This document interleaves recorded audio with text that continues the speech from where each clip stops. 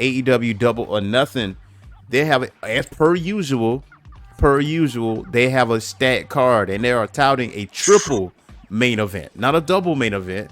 They are touting a triple main event, and they in Vegas.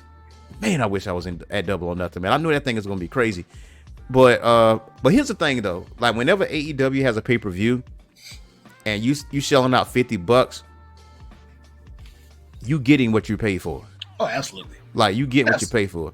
Like there's no complaints about this pay-per-view is long. I'm like, you just paid $50. It better be. Yeah. You know what I'm saying? Like it better be longer than 2.5 hours. Right? So it's going to be like 3.5, 4, or whatever, and you get what you pay for. And honestly, I can't count any time that I was dissatisfied with the pay-per-view after it was over and I paid $50. I think with us, we've been spoiled before AEW showed up. We were spoiled with the WWE network because we was paying $10 a month, and that's a positive for us as a consumer because we paying $10 a month. Yeah. But some of the negatives is that if there was no competition, we can put out lackluster pay-per-views if we really want to. You're not going to get rid of that subscription because you're still going to tune in at the end of the day. So, and honestly, with the merger with UFC, look for Royal Rumble, SummerSlam, WrestleMania to go back to a pay-per-view format. I mean, don't be surprised. Don't be surprised. But back to this Double or Nothing prediction, man. Let's start with the first match, though. Orange Cassidy versus Trent Beretta. Who you think going to take this dub? I got Orange Cassidy. I got Trent Beretta. I got Orange Cassidy. I got Orange Cassidy beating him straight up. Yeah, because according to the reports, Trent Beretta challenged him to an old-fashioned wrestling match, not a hardcore match. You know what? Scratch that. I gotta switch then. If he's doing an old-fashioned wrestling match, yes, no heel comes out of their mouth and say we're going to go straight up, fair out of metal. Nah. Yeah. So something's going to happen. Somebody's going to show up. I gotta go with Trent Beretta. Easily. I see Trent Beretta. Reason I say that is because last time they met, Orange Cassidy got the dub. So I like, if you want to like progress this story and make it and give it some legs, you got to let Trent get this dub to keep this thing going, because what he did was very noticeable. Like he was part of the Best Friends faction, and then he kneed Cassidy in the face, which I saw it coming. The seeds was planted since I want to say like early this year. Like his attitude been really maybe like a year ago, because they did. I was about to say, I think the seed was planted when he came back from that neck injury. Yeah. He came back from that neck injury. The hair was cut. Mm-hmm. He was in better shape. Mm-hmm. He stopped being that. We stopped seeing his mom in the van a lot. Like she used to come around a lot. We stopped seeing that. I think the seeds have been slowly planted. Yeah. And kudos to Tony Khan. Long-term story planning. Yeah. Long-term storytelling.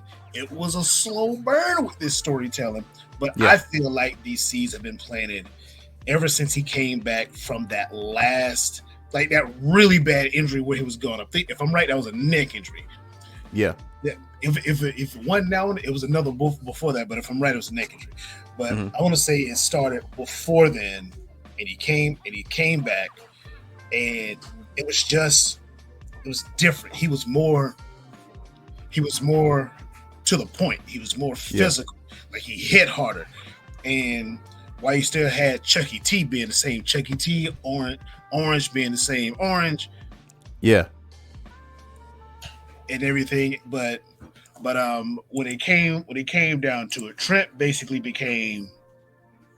a little different. Mm-hmm. Trent just came off a little different, more physical. Yeah, he was a little bit more edgy. I would definitely say that. He was a lot more edgy. Exactly. He was a lot more edgy. But yeah, we both say Trent Beretta now. With you. I don't think that match is going to start off the show because, I'm not a pro wrestler, but the two most important spots is really your first and your last. So clearly, I mean, they typically start off hot, like anytime they have a pay-per-view. So I think they're not going to start off with Trent Beretta and Orange Cassidy. I mean, they still got some more legs on that. Yeah. But a match I think that's going to start this show is the next one we're going to talk about is the IWGP World Heavyweight Championship Eliminator between Jon Moxley and Konosuke Takeshita. Probably the most physical match on the card. Right. Who you think? I don't know now because the next one. So who you think gonna win this World Championship Eliminator? It's hard to bet against Jon Moxley. You know what? I'm going with Moxley. I'm gonna give you another one. I'm gonna say Takeshita. I think Takeshita gonna get this dub, man. Remember, this is a eliminator. So if Takeshita beats Moxley, that means he gets a shot. He gets a shot. Now, a lot of people are like, what's up with these eliminators? I'm like, well, New Japan used to do it all the time because like the G1 Supercard and stuff like that, they had eliminator matches like old school NWA, WCW. They used to have those type eliminator matches. So yeah, I think Takeshita going to get this dub, and then Takeshita will be at Forbidden Door, probably doing it again. Maybe a third party might be involved from New Japan, and then we'll see how that happens. But I think Takeshita's gonna get this dub. Yeah, I'm gonna ride with Mox because again, you have to go to the gates of hell when you go to war with that guy. You literally face the most satanic dude of all time when it comes to this guy, because I mean he put you through the ring, even if that match is a one fall straight up match. Yeah, thumbtacks are very liable to show up. It's a regular match. This is a regular match. I have a good feeling thumbtacks might show up. Yeah, this is a regular. Well, I say here's why I say it won't be used, because the next match gonna have a lot of that. Yeah, and then we're gonna have a lot of that. I think it's gonna be like I think it's gonna be a physical match. Probably the most physical match on the card. But considering the high profile matches Takeshita been in, like he went up against Ospreay, he did take an L, and I think he was in another match too, which it was high profile and was super physical. And I want to say he took an L there. I think this is where Takeshita gets that dub, and then now everybody because Moxley he don't have a whole long list of people that beat him. He doesn't. He's got a longer list of people he's beaten. And Takeshita's list, keep in mind, Kenny Omega has taken an L to Takeshita. I mean, Takeshita's hype level, and I hate the fact that he doesn't get a lot of matches. Yeah. Now AEW, he doesn't, and he needs to, because it took me a while, but I'm a fan. Because he hits hard. It's something about Japanese wrestlers. It's a strong style. Japanese wrestlers' punches are the equivalent to 2 white guy punches, 3 black guy punches. Yeah. They hit hard. So, yeah. So I mean, it's Takeshita. At one point it was here. I feel like he's come down a little bit because we don't see him enough. If we saw him enough, I wouldn't be saying that. But I just feel as though the strong style he brings, I want to see more of it. Again, I think he loses to Mox, but Mox still ends up giving him a title shot anyway, and he beats Mox the next time. Well, Mox ain't the type to just say, "I'm gonna give you another title shot," though. You had your shot, and you're in the back of the line. And this is the IWGP Championship. You know what I'm saying? That's like one of the most prestigious championships in pro wrestling. So it's like it's up there. So like it is. If you take that L, man, you the back of the line for sure. It is. Unless you do something nefarious. But I don't know, man. I think Takeshita's gonna shock a lot of people. He's in the Don Callis family. You never know. He might shock a lot of people, man. And Don Callis is getting those boos on that dominant material level, and I'm loving it. He loves it, I think. Bro, he does. Bro, I feel like that is the only person that is on the level of Dom when it comes to heat. is Don Callis. I don't think nobody has that heat like Don Callis and Don. Like the minute they step foot out there, it's instant boos. And Tony Schiavone makes it so much better the way he talks bad about Don Callis. Yes. This snake Don Callis here. And I mean, it's the only person that don't pop off like that about him is Excalibur. But Excalibur be so tempted to do it. So I mean, yeah. You gotta let Tony cook, man. Yeah, I'm a run with John Moxley, but that's just because I'm a fan of John Moxley. But again, Takeshi can win this thing. He can. Blow for blow. The next one is the TNT Championship barbed wire steel cage match between Adam Copeland and Malachi Black. And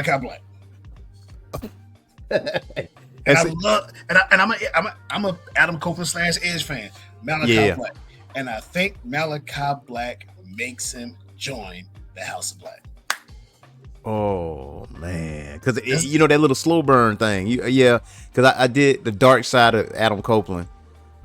That would be so dope, man. Look. Let me tell y'all something. Geek Corner. Let me tell y'all.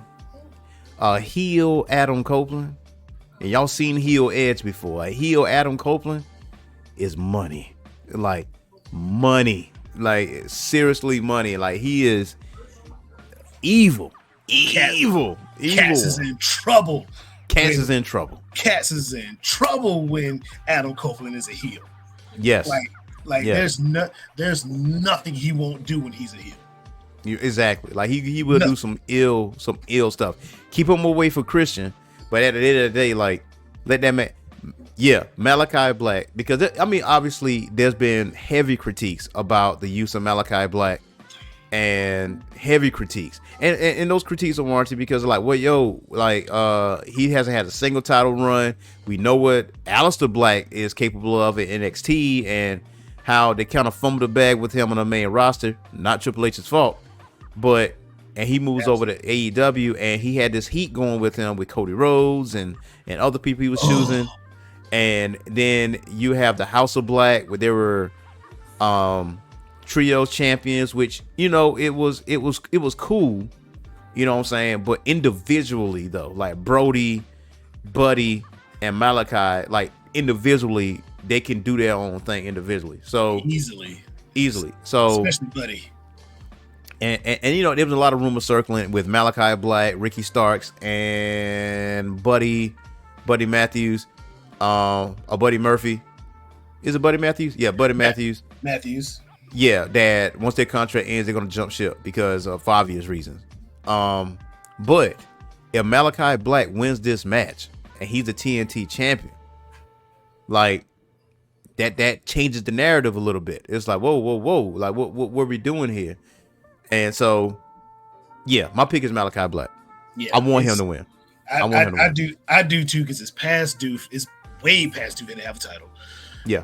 Then you've got Buddy Matt, and for anybody that has not kept up or followed Buddy Matthews, go back and look at what this dude could do when he finally went solo in NXT, and they threw him to 205 Live. If you take a look at this dude, he's the biggest 200-pounder I think I've ever seen in my entire life, and just watching this guy move, like you know how fast Pac moves? Well, Pac moves. Yeah. He moves faster than Pac, and he's bigger.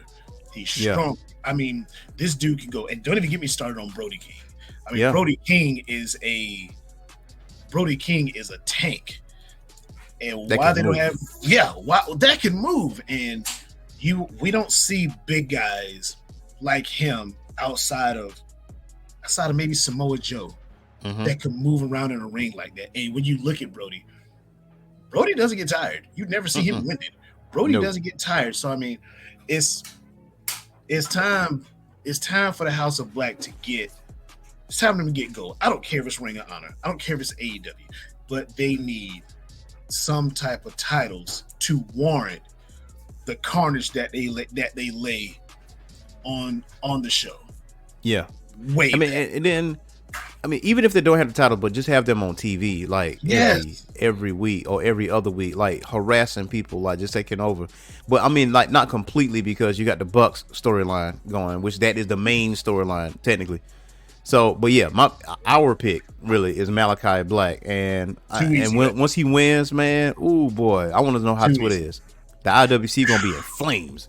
It's like, oh well, I thought he was gonna jump ship, but that's our pick. You know, it's not guaranteed, but that's what we going with though. That's what we gonna go with. That's what we going with. Now with Adam Copeland though, he had several title defenses. He had the Cope Open, and he defended that title ad nauseum. So that is the TV title. Like the TV, what historically speaking, a TV title is to be defended like either every week or every other week, and that's probably the toughest title to hold on to because of so many challenges that you have.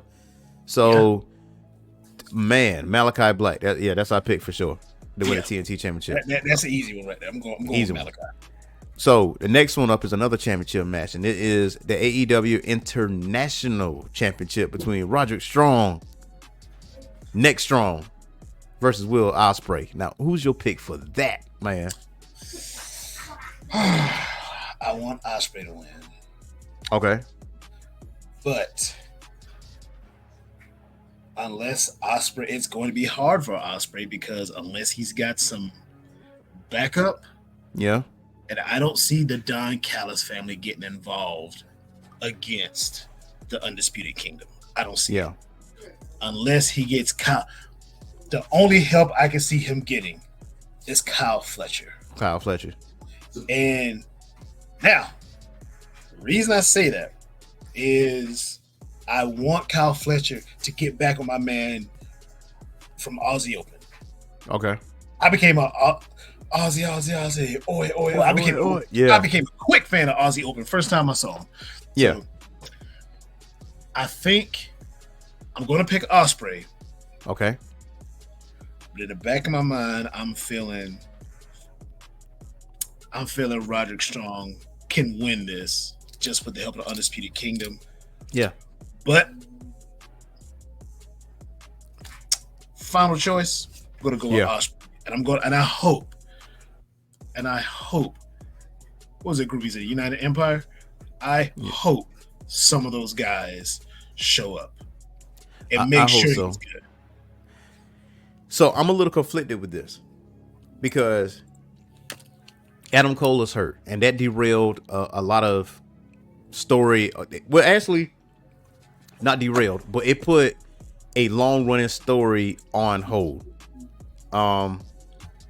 With the Undisputed Kingdom and MJF. MJF is like nursing some injuries at this point. Adam Cole is out, so that, you know, that's put out there. So Roger Strong is technically the defunct leader, and he's the AEW International Champion, you know, with also the Ring of Honor, you know, tag team champions at this point. Now, the positives though for Will Ospreay to win the International Champion is the fact that he's a superstar coming in, and he has the crowd. Yes, he has the crowd by the neck. So if you have him as an international champion and he's defending that championship internationally, and he already has talks about having matches in Uganda, like in Africa and stuff like that, and business wise, that's a smarter business decision. Because Ospreay holding that belt brings more eyes to the product and how high flying and how he's so good on the mic, and surprisingly, he surprised a lot of people. So that's the best business decision. Storyline wise, though, you know, if you take that belt from Roderick Strong, then the Undisputed Kingdom don't look as strong as they are depicted to be. Yeah. But that might lead into some other storylines, because remember now, a few weeks ago when Adam Cole showed up, he gave Wardlow a death stare. Like he gave Wardlow a couple death stares within 2 minutes. I'm sitting there looking, I was like, this ain't gonna end well for Wardlow. No. This is not gonna be some seeds at all. There's gonna be some seeds planted. So I mean, if he, you know what? With the momentum that Will Ospreay got, Roger Strong can look good though if he stops that momentum like that. You know, he stops it. But at the same time, toss up. I'm gonna have to flip a coin on this one. You know what? Can I add this? What's that? If Roger Strong wins, TK, I think somebody is teaching Tony Khan how to do long-term storytelling. Because also, I had to look, my man. We completely forgot Jeff Cobb from the United Empire. We saw him last week. Yes, he was there. Yeah, that's two guys, Kyle Fletcher, Jeff Cobb from the United Empire. There, the only one we're missing was Fletcher's partner from Aussie Open, Mark Davis. And from my understanding, Mark Davis is he's doing AEW and Ring of Honor. So all you gotta do really get maybe one more. If you can convince somebody like, I don't know, TJP to bring his crazy behind over here, then guess what? You got another high flyer. You got a solidified performer. We forget TJP, the very first cruiserweight champion in WWE when they brought it back for 205 Live. He was the first one to hold that title. Yeah. He's got a super dope gimmick going on over there right now. True. So you've got 3 United Empire guys there now. Ospreay, Fletcher, Davis. We just saw another one in Jeff Cobb.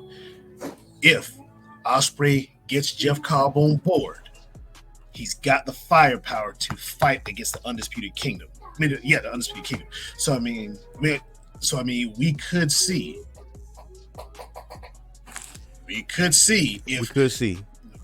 some long-term fighting going on, some long-term feuding. See, I'm thinking about dollars and cents, right? My pick, and I'm thinking about the business side, is Will Ospreay. Reason being, he can go into Wembley as an international champion. Yeah. And you know, in his home country. So there's that. So my pick for this one is Will Ospreay, which means that can further the storyline with Undisputed Kingdom, because Wardlow may be the reason why Roger Strong lose that title, and then that leads to even more issues. So it's like, there you have it. Like you the weak link, guy. You the weak link. That kind of thing. So yeah. So my pick, Will Ospreay. I say Will Ospreay. Title gonna change hands. The next matchup though. What's up? Quick, what could help Roderick Strong and what could help Wardlow? Yeah. If Wardlow interferes and makes sure that title stays with the Undisputed Kingdom. Yeah, that could be the case. That could be Wardlow's saving grace for Adam Cole, because I think, if I'm right, Cole is not too far from being available to come back. He's not that far off. Well, yeah, so rumor has it, like with Adam Cole's injury, is that, from what I understood, there's no timetable as far as what's going on. So, which that injury is kind of like, which was a freak thing, because as soon as he hopped off the ramp, boom, that's when he started limping. I was like, oh man, it was such a freak thing to happen. Yeah. But we'll see how that goes. We'll see how that goes. So the next matchup we got though is Tony Storm, timeless Tony Storm and Serena Deeb. Who's your pick? Timeless Tony Storm. You answer that quick. Timeless Tony Storm. Timeless Tony Storm needs a cortisone shot in the back for carrying the AEW's women's division like she's doing right now. This girl needs a whole back brace. She needs those expensive ass Don Joy knee braces for holding up this entire women's division. I'm gonna call it what it is. This woman is putting on some of the best work we've seen out of a women's champion in quite some time. Yeah, and I say that respectfully. So based on what she's doing, because we got to think about it. What does she say? Tits up and look for the shoe. Yeah, tits up, chin up, chin up, tits up, and look for the. You can't tell me that jump don't make you laugh. It made, when she first showed up, and I was like, this is gonna be corny. Yeah, and I saw the shoe flying, and they did it again. And I was like, this is starting to. I'm starting to catch on. I'm starting to like it. And then I forgot what they had on the announcers table, on the commentators table, and she Yeah. sat there talking, and she said something, and I hollered almost with my kids up. I was laughing so loud, and and they were showing the match, and it was her. She's in black and white. They switched to the matching color. They switched back to her in black and white. Genius. I said it's unlike it was unlike a regular movie or TV show. There was no continuity error. They kept on with it, and man, even when she wins, they switch back to black and white. I love Serena Deeb. Been a fan of hers a long time. Yeah, but I love seeing Timeless Toni Storm as a champ. I love the fact that she's damn near unbeatable. Yeah, keep it that way. But I mean, keep it that way. Keep it that way. She needs to hold on to this belt at least until March of next year. Hey, listen, bro. I have no issues with Toni Storm holding that belt for a extended period of time because let's go. Her gimmick is crazy good. Look, you know what? I got an idea for her, and I know I'm gonna clip this, and I'm gonna tag her, and I'm gonna tag Tony, and I'm gonna tag TBS. She needs to host Turner Classic Movies. Bring that back. Let her host that, and let her host it in black and white, in character, in full character. And what I mean, and basically, to be honest, as it's coming on. As the show is coming on, they need to have her theme music play. Yes, her theme, either Turner Classic Movies, which is a perfect fit, or bring back Dinner in the Movie like they used to have on TBS and have her in black and white. Everybody else in color, but she's in black and white, and she's like talking about the movie and this, that, and the third. Man, bro, you could do so much with Toni. Man, she is a superstar. She already broke the mold. She broke the mold, and she did this with doing very little. Yeah, doing very little. Her gimmick is super old timey. Yeah, she not only does the gimmick, but her ring attire is very old. It's very old timey. Yeah, like like Timeless Toni Storm is Timeless Toni Storm in everything across the board. Yeah. Luther's even with it. Yeah, and I stand Luther. But I like him here. Yeah, listen, she's so dramatic, man. She stripped bucket naked last week. Bucket naked. Like Luther took Serena Deeb's flag, hold the flag up, and Toni took all of her clothes off and wrapped herself up in Serena Deeb's flag. Crowd going ape shit. It was like, yo, naked. She's naked. That kind of noise. But she was so dramatic with it. Like you wouldn't, And it took me a quick second to figure out what the heck was going on. And so she was like, look, I'm disrespecting your flag. And you can't do shit about it. So it's, Toni Storm for sure. Like, I feel like for the rest of the year, that's going to be my pick. Toni Storm. Yeah, easily. Easily. What? Look, I wouldn't even care if she's facing a dude. I'm picking Toni Storm. Easily. Until Jamie Hayter shows back, Toni Storm. Until Jamie Hayter shows back up. I think there's only two that can beat her. Jamie Hayter, and Britt Baker. I think those are only two that can beat her. Yeah, legitimately. And the reason I'd pick Jamie is strong as an ox. I mean, this woman can straight lift. Yes, but they can beat the shit out of each other too. Yeah. And I'd pick Britt Baker because Britt doesn't mind bleeding. She's been training her butt off too, man. She is cop diesel right now. That bloody face that she had. Yeah. That match. Who is she facing that match? I always forget. Thunder Rosa. You know that was the match of the year that year. It was. That was the match. That was the match of the year on TV. On TV. On TV. So matter of fact, if they could give us a triple threat between those three, cool. If not, you got to give me one or the other to face Timeless Toni Storm because again, you've got strength, in Jamie Hayter, and two Brits. They'll maul the hell out of each other. Yeah, but then you got Britt Baker. Britt doesn't give a damn about bleeding. No, not at all. I feel like, man, listen.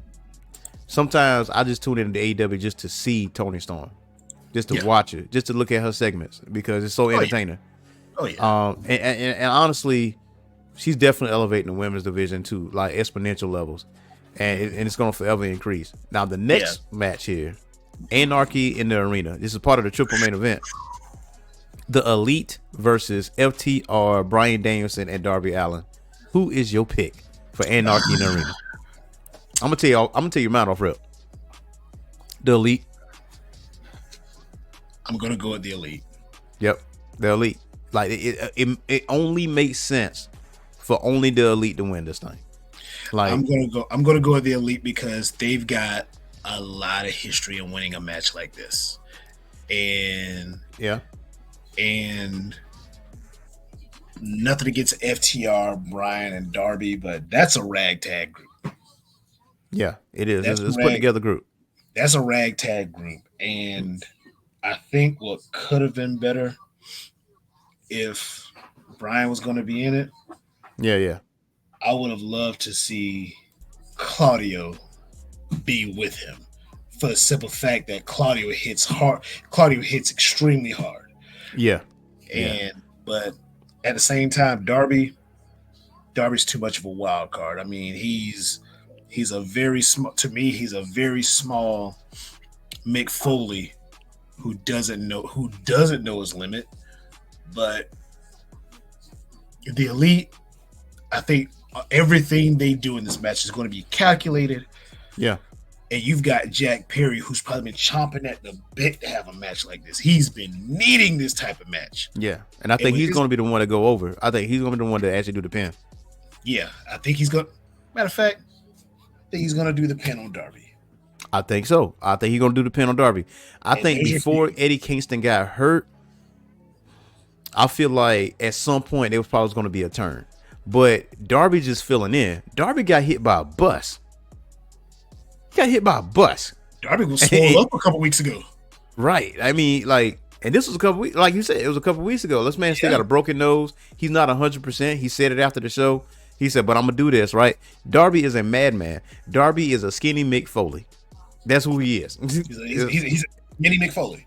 He's a skinny Mick Foley. And like you said, it's a ragtag group. Honestly and truly, like with Young Bucks, they're winning the tag team championships. They got Okada being the Continental Champion, and then you have Jack Perry there. They just won those championships. So for them to actually lose, it really wouldn't make much sense because they got to have that much momentum. Like, you beat Team AEW. Who else can stop you at this point? Who's the person that's going to beat y'all to finally end y'all reign? So it only makes sense for the Elite to get this done. Oh, yeah. It only makes sense. It makes sense for the simple fact that you got the Young Bucks who are the EVPs. Yeah. It could easily pull a Rock and during this match and change the matchup in its entirety in the middle. It could be fast counts. Mm-hmm. They can say, hey, we're going to put in disqualifications. We're going to take it out. I mean, this type of match, anything is possible. Yeah. But I know the one thing that's not only impossible, but it's a spoiler. The Elite should win this, and I believe the Elite will win it. Yeah, I believe the Elite are going to win this one. Now, here's the second main event, and that is Willow Nightingale versus Mercedes Moné for the TBS Championship. Yo pick, Alvin. Willow. Ooh, that's a wild card pick, boy. Oh, snap. That is a wild card pick. I do not want Mercedes to win. It's her first match. I'm a fan, but I do not want her first match to be at the expense of Willow. Is it truly at the expense of Willow? Because she has defended that championship, and she's definitely been highlighting that TBS championship like crazy. Like, she showed up at the wrestling club and surprised them. Like, she's been on TV. Like, she's done a lot of things. And I'm thinking on the business side. And honestly and truly, I know Mercedes been training all like in the ring for weeks, so it's not like she got ring rust. She's going to have ring rust. I mean, she's 100%. She took a table, which I mean, the crowd went ape shit. So now we already established that Mercedes is a heel now. Oh yeah, like full on. Yeah, because honestly, truly, she showed up. She hasn't wrestled one match yet. She's been doing promos, so it grew ire from the crowd, and maybe that was by design. And now I'm coming to take this TBS championship, and this is like really a year-long type of story because Willow like the last week she owned that. She owned it. She was like, "Listen, I walked out the open weight champion. You didn't walk out at all." Get carried out. I was like, oh. So, oh man, it would be awesome if Willow Nightingale actually get this dub. Yeah, and I'm not opposed to that. And I love Willow, and for her to have a championship around her waist, an AEW championship around her waist, that says a lot. But I think Mercedes is gonna sneak this one. It's for the money, and it's for the publicity. And what she could do with that, because she's the TBS, she's representing the network, technically. The entire network. So her and Tony represent that. Oh. And matter of fact, maybe Stokely turns on her. But I don't want him to. There's your wild card right there. Matter of fact, if it's not her, Chris Statlander. It's Statlander. I forgot about that. I think Chris Statlander is going to turn on Willow. I think that's what's going to happen. I think Chris Statlander is going to screw Willow out of that TBS championship, and that's going to have Mercedes win that thing. We haven't seen Stat as a heel. No, we haven't. But we, what's funny? I feel like another seed was planted like a few weeks ago. So when she approached Trent, like, yo, that's supposed to be your friend. Why you turn on Orange Cassidy? And he said something in her ear and walked off. And she just had this look on her face. You know what I'm saying? And then when she was, and also that instant when she was with Willow, we're at the face-to-face, and Chris Statlander kind of, I wouldn't say she instigated it, but it kind of, it looked real fishy. So I think Mercedes got this dub based off of Chris Statlander. Call it what it is. Anybody affiliated with the best friends, you've been having a lot going on. You got Chris Statlander, who you and I both think she may possibly turn on Willow. Yeah, you see what's going on with Trent. Trent's jumping Orange. Orange, for some odd reason now, has been having Don Callis in his ear. Yeah. Then you got Chucky T. Chuck is hurt. We don't even know if he's ever going to come back to wrestling. Yeah. Poor Rock Romero. He's out there by his lonesome, taking on the likes of the Bang Bang Gang, who, by the way, if nobody has heard their theme music, oh my God, fire! That's probably one of the coldest theme. It's probably one of the coldest theme songs. That theme song itself is hip hop for that faction. I wish it was 50 Cent though, because that one time 50 Cent theme they had, man. I was like, yo, that thing was fire. I was like, come on, man, 50, man, let them have it. Let them have it. Yeah, but yeah, I mean, anybody mixed with the best friends, I mean, that entire faction is just in dire straits right now. But again, we could see. I'm with you, man. I think Stat. I think, you know what? I think Stat possibly cost her the match. I'm with you. I think Stat can cost her the match.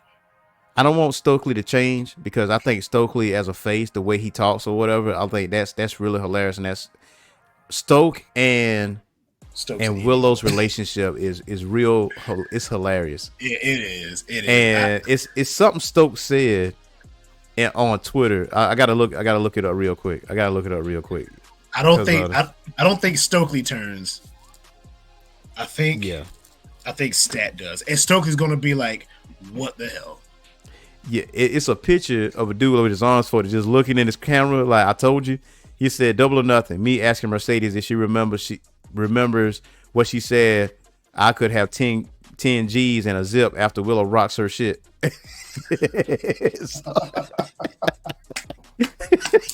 Yo, if y'all ain't following Big Stoke, y'all ain't following Stokely Hathaway, this dude is hilarious. Is hilarious on Twitter, man. Yo, what about when he was with Hardy and Private Party, and Isaiah Cassidy goes in his ear and does a And Stokely lost his mind. He got so mad. Yo, he said, He's what so he said, he awesome, told bro. Eddie Kingston he smelled like old potato chips in Newport.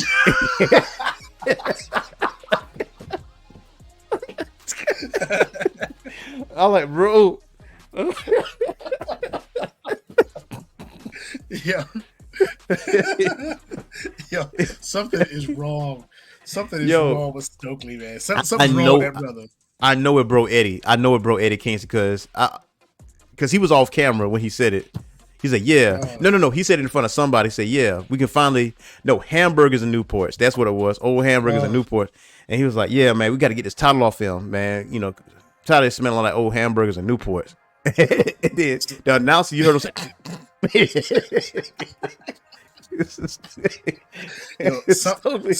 something is wrong with Stokely. Stokely's hilarious, man. Stokely's hilarious. But please keep Stokely with Willow. I would see a heel Chris Statlander. Oh man, that would be something, man. That would be something.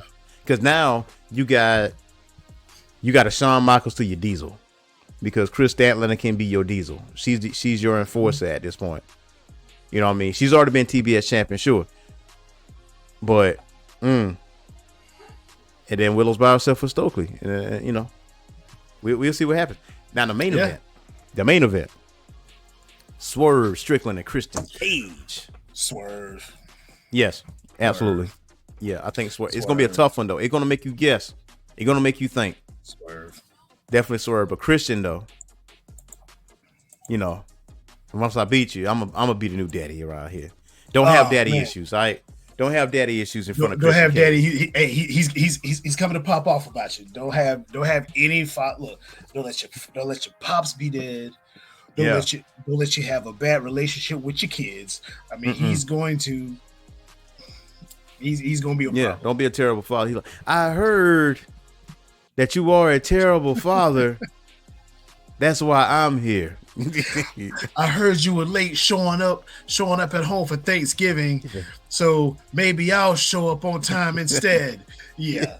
And he always comes out with his turtleneck, his Chelsea boots, and it's just he's an asshole. He dresses like an asshole. He talks like one, and it's just perfect. Every bit of it. Every bit of it. Every single bit of it, man. But yeah, I do think Swerve it's just another notch, another feather in the cap for Swerve, honestly. Yeah. I don't see him losing that championship like anytime soon. So, I don't know who his opponent will be at Wembley. Maybe Hangman Page, maybe him Hangman 4. Ooh. And so that could be his opponent. Maybe Adam Cole. Adam Cole beats him at Wembley. And Adam Cole has the championship, and now you got MJF again. So that can. Oh, speaking of All In and All Out, they actually extended the gap between the two, because you remember last year, All In was one day, then the following week you had All Out, which we like, damn, I'm spending like $50 and $50. What the hell? So I guess the voices have been heard, so they extended it an extra week. So now there's like a week or 2 week gap between All In and All Out. So now you got time to, get your bearings straight, and watch both shows or whatever the case. But now we're going over to